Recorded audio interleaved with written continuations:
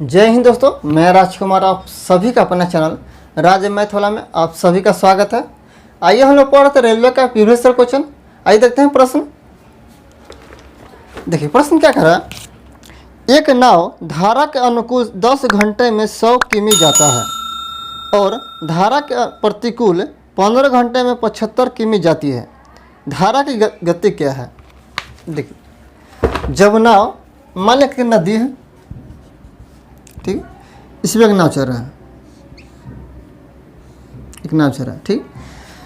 मान लें कि जो धारा की दिशा है इस दिशा में ए है और ए बी है, ठीक। जब नाव धारा की दिशा में चलेगा तो नाव की चाल प्लस धारा की चाल हमेशा जुटेगा। जब नाव धारा के विपरीत दिशा में चलता है तो नाव की चाल माइनस धारा की चाल होगा, ठीक है। देखिए और नाव की चाल को मान लेते हैं एक्स, नाव भी ए से बी की ओर जा रहा है तो एक्स किलोमीटर प्रति घंटा मान लेते हैं इसको, और धारा की चाल मान लेते हैं वाई किलोमीटर प्रति घंटा।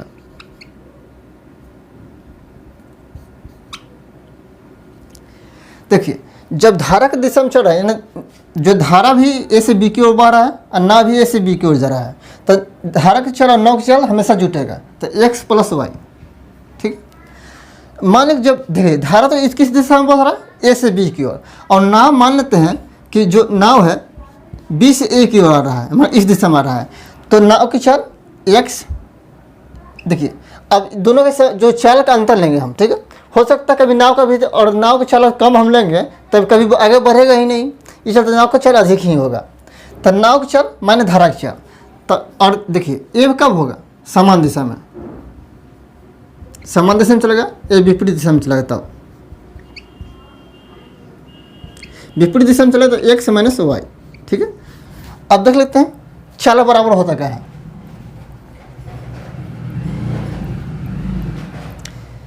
चाल बराबर होता है दूरी बट्टा समय। अब प्रश्न कर रहा है जो समान दिशा में ना, जो अनुकूल दिशा होगा जिस दिशा में नाव चल रहा है उसी दिशा में पानी भी बह रहा है, ठीक है। तो अनुकूल दिशा में 100 किलोमीटर दूरी कितना है 100 किलोमीटर जाने में, उससे टोटल जो समय लगा 10 घंटा समय लगा है। तो दूरी कितना, दूरी बट्टा समय, तो चाल कितना गया 10 से काटा 10 किलोमीटर प्रति घंटा। ये मेरा समान दिशा में चलाएगा नाव के यानी अनुकूल दिशा में, ठीक है। वही और 75 किलोमीटर विपरीत दिशा में नाव चलता है, तो जब विपरीत दिशा में नाव चलेगा तो 75 किलोमीटर जाने में दूरी कितना है 75 किलोमीटर, तब टोटल 15 घंटा समय लग रहा है। तो 15 घंटा 15 50 75 यानी 5 किलोमीटर पर घंटा, ठीक है। दोनों को चला समान दिशा में और विपरीत दिशा में चला गया। अब हमको चाहिए क्या, धारा की चाल हमको चाहिए, यानी हमको वाई का मान चाहिए। तो देखिए यहाँ सब समीकरण अलग अलग भी लिख लेते हैं। एक्स प्लस वाई बराबर 10, एक्स माइनस वाई बराबर 5। हमको चाहिए वाई का मान। अगर हम पहले समीकरण दूसरा, देखिए यहाँ हम दोनों समीकरण जोड़ते हैं तो हमारा वाई कट जाएगा तो हमें एक्स का मानेगा, तो फिर दोबारा हमको काम करना पड़ेगा। इसलिए हम यहाँ मान लेते हैं समीकरण 1 और समीकरण 2। तो समीकरण 1 में समीकरण 2 को घटा दें तो मेरा कितना आ जाएगा, जब प्लस है तो माइनस हो जाएगा, माइनस तो प्लस हो गया ए माइनस।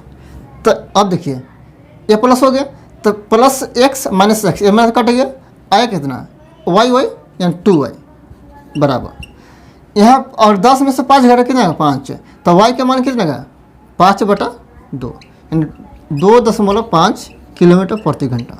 ये धारा की चाल आ गया, ठीक है। पूछ रहा धारा की चाल तो 2.5 किलोमीटर प्रति घंटा यानी 2.5 किलोमीटर प्रति घंटा। ऑप्शन हो डी। आइए भाई देखते हैं अगला प्रश्न। देखिए प्रश्न क्या कर रहा है।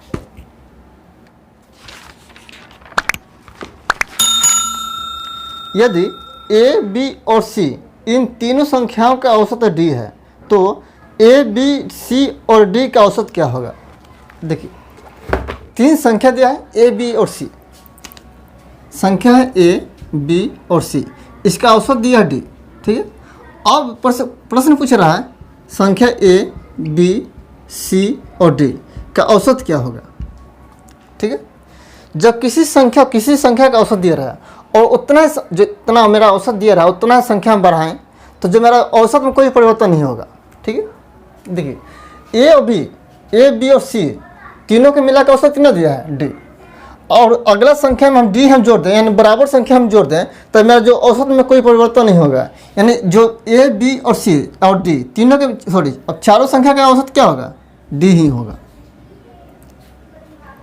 देखिए मान लेते हैं मेरे पास 10 रुपये है, तो 5 लड़का में बांटना है, तो 5 लड़का में बांटते हैं, मेरे पास 10 रुपये है।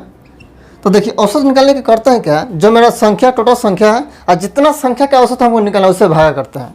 तो मेरे पास 10 रुपये है, 5 लड़का में बांटना है, तो 5 से डिवाइड करते हैं कितना, इसका औसत कितना आ गया? 2। यानी हर लड़का 2 रुपये में रहा, और उसमें छठा लड़का भी आ गया, 5 लड़का और छठा लड़का भी आ गया, छठा लड़का शामिल किया और उसके भी 2 रुपये दिए। तो अब पहले 10 रुपये दे रहा था, अब कितना हो गया? 12 रुपये, 2 रुपये। और पहले 5 लड़का था, तो 5 लड़का को प्रत्येक को इसका औसत क्या था? 2 रुपये, यानी प्रत्येक लड़का 2 रुपये में रहता। अब इसमें एक लड़का बढ़ा दिए हैं, यानी लड़का की संख्या कितना हो गया? 6। अब इससे भी कितना, अब इसका जो छठा लड़का इसके भी हम 2 रुपये अगर दे दें तो मेरा औसत में क्या परिवर्तन होगा? यानी पहले दे रहा था 10 रुपये, अब 2 रुपये हो गया, यानी 12 रुपये हो गए। अब लड़का संख्या कितना आ गया? 6। तो 6 से डिवाइड करने कितना आएगा? 2 ही आएगा।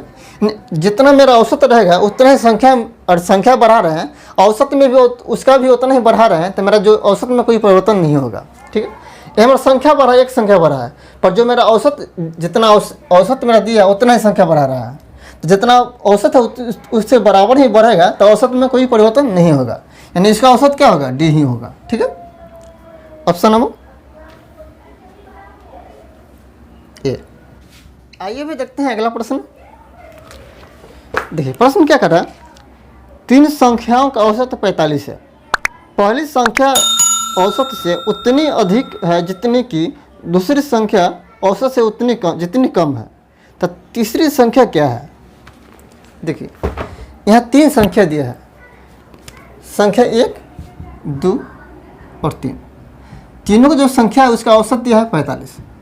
ठीक है, अब प्रश्न कर रहा है जो मेरा तीसरा संख्या है, सॉरी पहला जो संख्या है, तो पहला संख्या कितना है? जो पहला संख्या है उतना ही है जितना औसत से अधिक है। पहला संख्या उतना है जितना औसत से अधिक है, तो औसत कितना है? 45। तो औसत 45 अपने से मान लेते एक संख्या अधिक है। ठीक है, पहला संख्या औसत से उतना अधिक है, यानी संख्या तो मालूम नहीं है, तो संख्या को मान लीजिए 1 से अधिक है। जो मेरा औसत तीनों के मिलाकर दिया है उससे 1 से अधिक है। ठीक है, तो दूसरी संख्या जितना अधिक है, पहली संख्या औसत से उतना अधिक है जितना दूसरी संख्या उससे औसत से कम है, यानी औसत कितना है? 45 है। तो अधिक कितना है? जो पहला संख्या औसत से 1 से अधिक है, तो ये कितना कम होगा? 1 से, यानी माइनस का 1 से। प्रश्न करेगा जो पहला संख्या जो है औसत से उतना ही अधिक है, तो हमको संख्या तो मालूम नहीं है, तो संख्या को मान लीजिए 1 संख्या अधिक है। ठीक है, दूसरा संख्या उतना ही कम है, जितना पहला संख्या अधिक था उतना ही कम है, यानी उससे कितना कम होगा? 1 से कम होगा। ठीक है, तो हमको तीसरा संख्या निकालना है। देखिए जब किसी भी संख्या में और सभी संख्या का औसत दिया रहा है, और समान संख्या किसी में 2 से या 3 संख्या में उतना ही संख्या में बढ़ा रहा है उतने संख्या घटा रहा है, और दोनों का योगफल करते हैं तो 0 आता है, तो मेरा औसत में कोई परिवर्तन नहीं होगा। ठीक है, तो ये भी कर सकते हैं, किसी भी संख्या का औसत दिया रहा है उसका योगफल हमको निकालना होता है, तो करते हैं क्या? जब मेरा औसत दिया है तो औसत क्या है? 45। ठीक है, और गुण जितना संख्या का औसत दिया उससे गुना करेंगे, तो गुना करते हैं कितना? 15, 12, 13, 135। तीनों संख्याओं का योगफल कितना आ गया? पहली संख्या दूसरी संख्या जोड़ दिए और तीसरी संख्या, इसका योगफल करते हैं तो कितना आएगा? 135। 15, 12, 13। ठीक है, 135। अब यहाँ सभी को जोड़ते हैं तो -x प्लस x कट गया, आया कितना? 45, 45, 90, 90 प्लस तीसरी संख्या बराबर 135। तो ये 90 इस तरफ ले आएगा, तो तीसरी जो संख्या मेरा आएगा, तो तीसरी संख्या बराबर 135 माइनस 90। 135 में 90 घटाते हैं तो मेरा तीसरी संख्या कितना आएगा? 45 ही आएगा। ठीक है, यानी जब मैं कोई सी संख्या, जितना हम कोई सी संख्या का औसत दिया रहा है, जितना संख्या डाल रहा है उतना संख्या हम निकाल देंगे, यानी जितना संख्या जोड़ रहे हैं उतना संख्या घटा देंगे। दोनों जो नंबर माना ना 0 आ रहा है तो औसत में कोई परिवर्तन नहीं होगा, यानी और संख्या कितना आएगा? उस मेरा तीसरा संख्या 45 ही होगा। ठीक है, ऑप्शन नंबर सी। आइए भी देखते हैं अगला प्रश्न। देखिए प्रश्न क्या कर रहा है, एक आदमी एक सप्ताह में 1 केले खाता है, तो वह कितने दिन में 84 केले खाएगा? देखिए कोई आदमी है एक सप्ताह में एक्स केला खा रहा है, तो दिन की संख्या क्या होगा 7 दिन। 7 दिन में कितना केला खा रहा है एक्स केला। तो प्रश्न पूछ रहा है 84 केला खाना है तो कितना समय लगेगा। ठीक है, देखिए और ये मेरा केला की संख्या होगा, केला ये मेरा दिन की संख्या होगा, ये मेरा जो संख्या दिया है ये केला का संख्या दिया हुआ।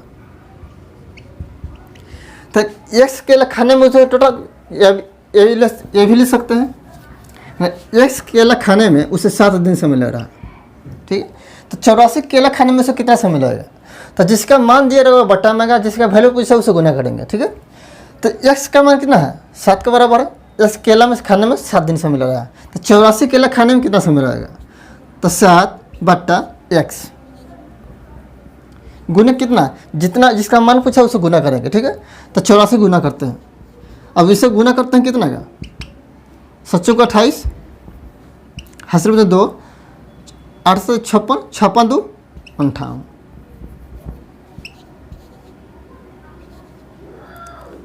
बट्टा एक्स, 588 बटा एक्स।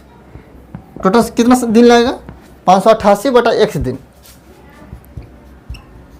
ठीक है, ऑप्शन नंबर बी। आइए भैया देखते हैं अगला प्रश्न। देखिए प्रश्न क्या कह रहा है, यदि root X minus root Y बराबर 1 और root X plus root Y बराबर 17 है तो रूट अंदर एक्स गुना वाई बटा बराबर मान इसका क्या होगा। देखिए संख्या दिया है root X minus root Y, इसका मान दिया 1, तो समीकरण में इसको 1 मान लेते हैं। ठीक, अब root X plus root Y इसका मान दिया है 17, इसको समीकरण मान लेते हैं 2। पूछ रहा का अंदर रूट एक्स वाई का मान पूछ रहा है, इसका मान क्या होगा। ठीक है, तब हम दोनों से एक्स वाई का मान निकाल लेते हैं, तो और दोनों समीकरण जोड़ देते हैं। तो जोड़ेंगे कितना का, ये माइनस का रूट थी वाई और प्लस का रूट वाई, तो ये मेरा कट गया, बचा कितना 2 अंदर रूट एक्स बराबर 17 है 18, तो 2 से कटा 9 बराबर, यानी रूट एक्स का मान कितना गया 9, यानी एक्स का मान चला गया। अब यहाँ किसी भी मान रख निकाल सकते हैं, और रूट एक्स का मान आ गया 9, समीकरण का भी रख सकते, कोई दिक्कत नहीं है। तो एक्स का मान कितना रखेंगे 9 माइनस रूट वाई बराबर 1, तो और वाई को इस तरफ ले आएंगे तो रूट अंदर वाई बराबर 9 इस तरफ प्लस में है, तो इस तरफ आके ये एक माइनस में आएगा, तो 9 में से गया कितना 8, यानी रूट एक्स का मान आ गया 9 और रूट वाई का मान आ गया 8। हमको चाहिए क्या अंदर रूट, देखिए रूट एक्स गुना रूट वाई के मान चाहिए, ये और दोनों गुना करेंगे तो मेरा चला आएगा कितना अंदर रूट एक्स गुना वाई। तो एक्स वाई का मान कितना है 9 गुना 8, तो 9 गुना 8 दोनों को गुना करते हैं तो 9 8 72, यानी 72 आएगा। ठीक है, ऑप्शन नंबर डी।